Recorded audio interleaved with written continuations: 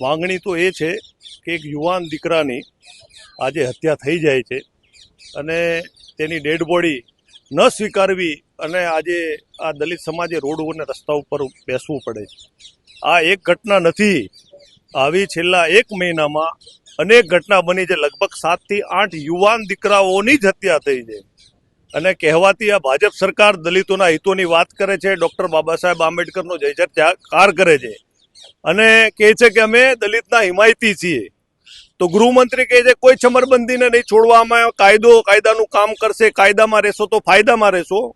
તો ગુજરાતની ભાજપ સરકારના ગૃહમંત્રીને અને અમદાવાદ કમિશનરને પણ કહું છું કે હમણાં જ વાસણા પોલીસ સ્ટેશનમાં આ બીજો બનાવ છે. આના પહેલા બી 3 દિવસ હમણાં વાસણા પોલીસ સ્ટેશનની અંદર બેસવું પડ્યું ધરણા પર અને 70 દિવસ પછી 5 આરોપીની ધરપકડ થઈ. જ્યારે અમે ધરણા પર બેઠા ત્યારે આ દીકરા માટે પણ અમે લોકો અહીંયા પોસ્ટમોર્ટમ રૂમની બહાર દલિત સમાજના તમામ આગેવાન સંગઠનના મિત્રો તમામ ધરણા પર બેઠા છીએ. આપ જોઈ રહ્યા છો આવી રીતે જ દલિતોની હત્યા થાય છે અને આ શાસન અને પ્રશાસન માત્ર હાથ ઉપર હાથ રાખીને બેસી રહે છે અને ઠાલા આશ્વાસનો આપે છે.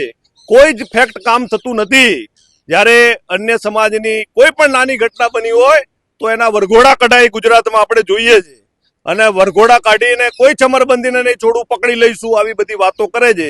તો ગૃહમંત્રી સાહેબ આપને પૂછું છું કે આ દલિતો પર અત્યાચાર થાય ત્યારે તમે કેમ બંધ થઈ જાઓ છો, કેમ બોલતા નથી? દલિતો હિન્દુ ગણો છો ખરા? આ સરકારનો સીધો સવાલ છે મારો. પોલીસ દ્વારા શું કહેવામાં આવ્યું? પોલીસ હર હંમેશ જે રીતે આશ્વાસનો ઠાલા આપે છે એ જ રીતે આ વખતે પણ આશ્વાસનો આપ્યા છે. ટૂંક સમયમાં પકડાઈ જશે, આઈડેન્ટિફાઈ થઈ જશે, તમને બધું જે આરોપી છે તે પકડીને જાણ કરવામાં આવશે. હમણાં જ આયા હતા સાહેબ, એ પણ આજે આશ્વાસન આપીને ગયા છે.